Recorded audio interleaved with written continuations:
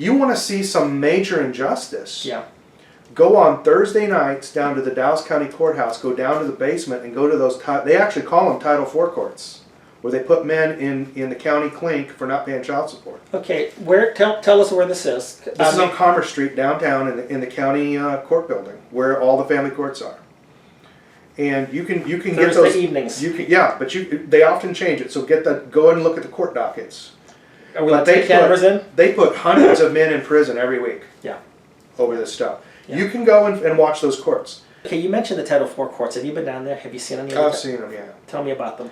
They're just men sitting on the floor waiting to go to jail.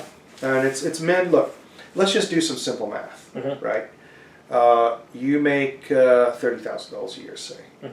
And you have 2 kids. Right. Right? So 25% of that will be taken. Your gross will be taken. Your gross. So now yeah. Right? So, well, let's make it easy. Let's say you make $40,000. Right? So 25%, so $10,000 of your gross is gone. All right.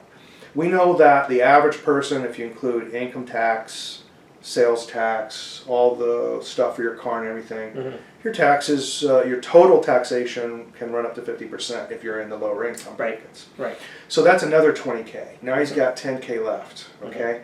Now he's also responsible for insurance and for all insurance expenses. Right. Yeah. So let's add in another $2K for that. Now the man has $8K left to live in Dallas, Texas. And the simple fact is you cannot live in Dallas, Texas on $8,000. Yeah. You can't pay your car payment, pay rents, and live here. So men make choices then. They do one of 2 things. They move away to very cheap small towns, and they don't see their kids. Or they try to stay here and they don't pay child support. Yeah. And either way, they're called a deadbeat or an abandoner. Correct. And really, it's, the number one producer of so-called deadbeats. There are some legitimate deadbeats. There are some very legitimate deadbeat moms. There are. But the number one producer of deadbeats is our court system and the state. That is correct. That is the reality of it. We know that if men are given equal access to their children, 50-50 access, oftentimes men are still given child support, even under 50-50 custody. I know. Actually, I offered to pay maximal child support and get 50-50 custody, and my ex turned that down. Yeah. I was still willing to pay for 50-50 custody. I was still willing to pay maximal child support of $30,000 a year. But in any case, we know that if men are given equal custody, equal access to their children, it's virtually 100% child support collection. Right. I know.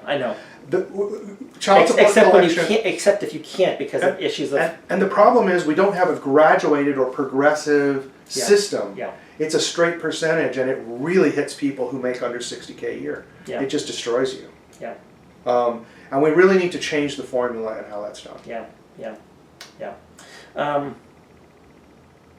So when you look at, in addition to the child support, which is one issue, but then you're looking at costs associated with divorce. Even though you may not want the divorce, you may be saying, this is against my belief. I don't think that the marriage is irreconcilable. I want to be married. I did that in my marriage. I never consented to the divorce. I never agreed to the divorce, and I made that very clear through the entire process. But now, maybe you don't want to answer this question, but how much money have you spent in courts? And I know you've had to go pro se.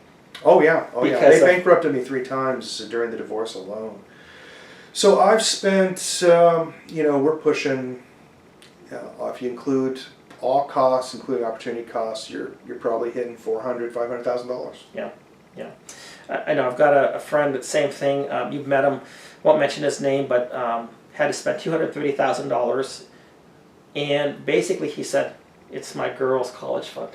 Yeah. They have robbed my girls from college. Oh yeah, absolutely. And the state of Texas says this is a wonderful system, and these people act as if everything is so peachy that nothing should be reformed, and yet the real victims, they're not only targeting the fathers, and sometimes the mothers, because it happens to both genders. It's starting to affect mothers more. A lot more. But they're also targeting the children. They're not the imposter fathers, as I'm calling the government right now. The imposter fathers are going to say that basically, you the real father, or you, the real mother, all we really need from you is a paycheck. Just give us your wallet or purse, and we'll take care of the rest. That's pretty much it. But they're destroying our kids. They are. The basic attitude of the courts, and it's not a statutorily allowed attitude of the court. They certainly can't act on this, but this is exactly what they do. They basically impose their ideas about what parenting ought to be onto you. Yeah. Right? That's the function of the family courts. Yeah. And they're not allowed to do that.